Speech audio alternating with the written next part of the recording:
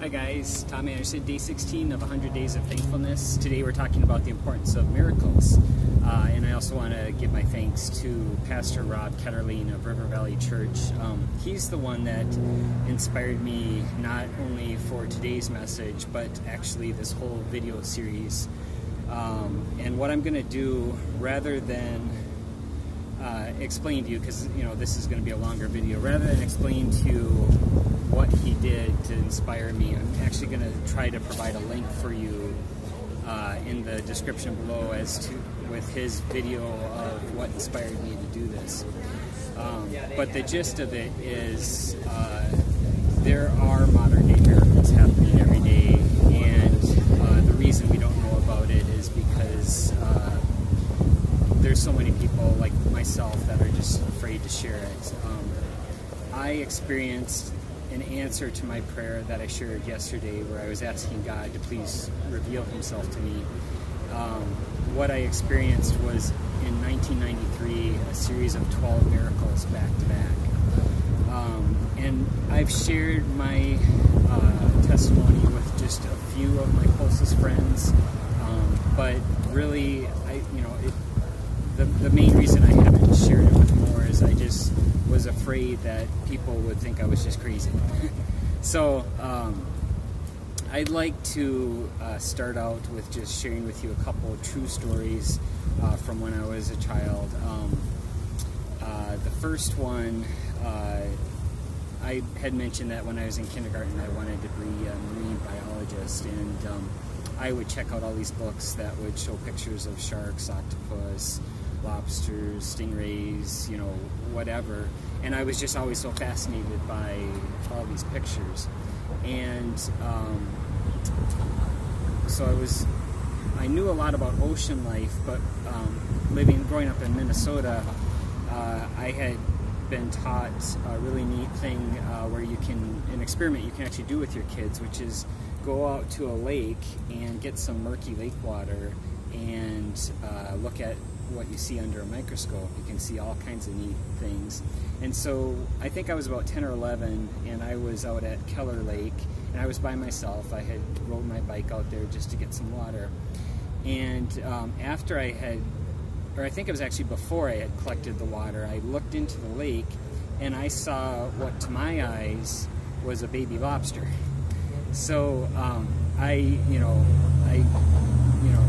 watched it until I stared at it for, I want to say, 2-3 minutes, and eventually it just sort of skittered away. And I collected my water and I raced home and I ran inside the house all excited. Mom, I saw a baby lobster.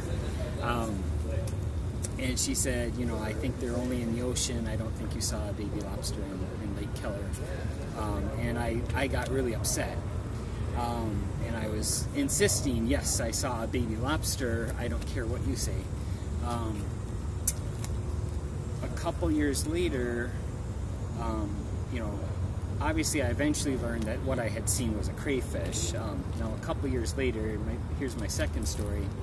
I ended up being so fascinated with crayfish that I one day collected about 20 of them in a bucket, and I brought them home, and I wanted to keep them and just watch them and observe them for a while before I put them back in the lake.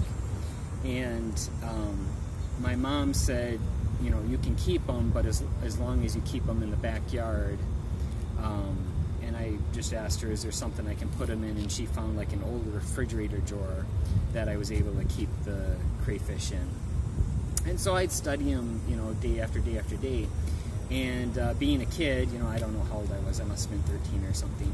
I eventually just got sort of bored with it and lost interest, and I sort of forgot all about them until I think it was maybe a couple weeks after it had first snowed. It just suddenly dawned on me, my crayfish! And so I ran out in the backyard. Now, this was a warmer day, and so a lot of the snow was melting. But when I went out, even though it was warmer, I went out to that refrigerator drawer, and what I found was a block of ice. And so I quickly, rushed it into the garage where it was warmer, and I dumped it upside down, and there was my solid block of ice with 20 upside down crayfish. And, I just waited, for it to melt so that I could discard the crayfish corpses. And, so I kept checking back, until it had melted to the point that, a few of the crayfish were out of the ice. And I'll never forget just my amazement that one of the crayfish, its arm started moving.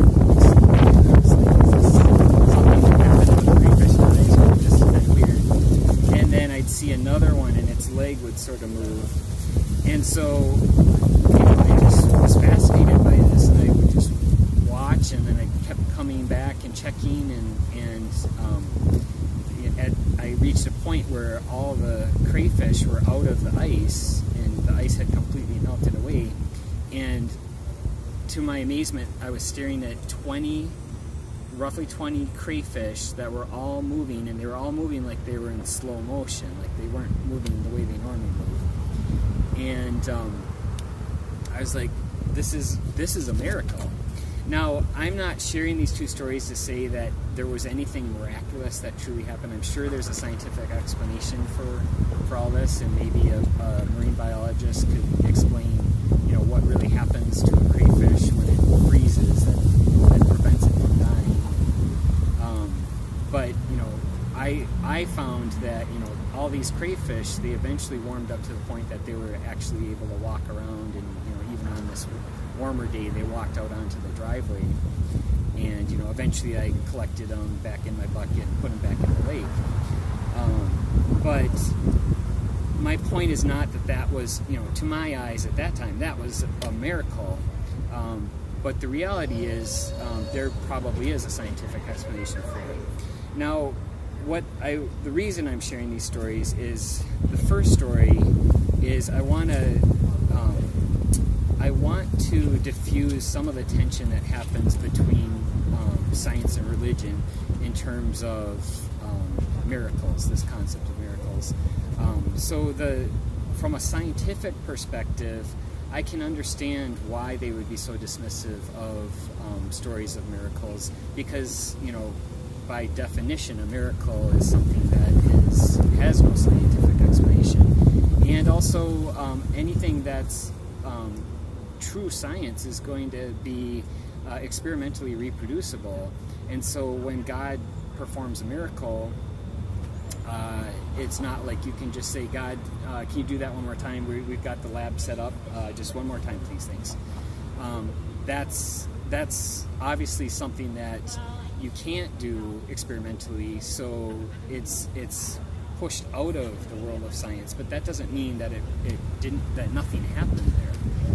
It's just we don't have a scientific explanation for it. So the first story really has to do with, from a scientific perspective, I was of this strong opinion that it was a baby lobster.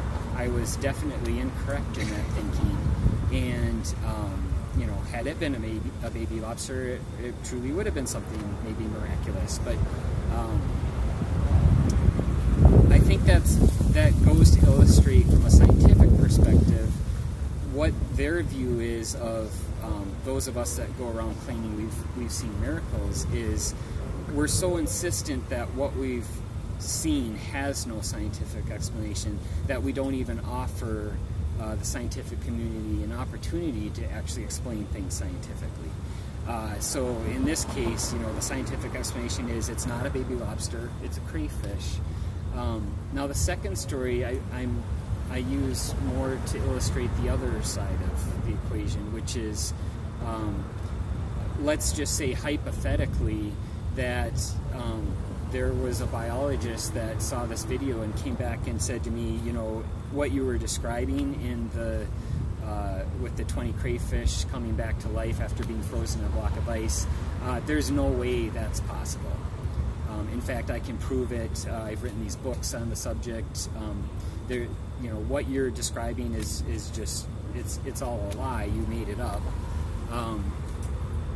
For me, I know I'm not lying. I know what I witnessed. And so no matter how much scientific evidence he would present me to state that, what I witnessed didn't happen, I know what I witnessed, I know what I saw. And so any attempt on his part to convince me otherwise just reduces his credibility in my own eyes. So I want to share that from the perspective of those of us that have experienced miracles. We know what we experienced.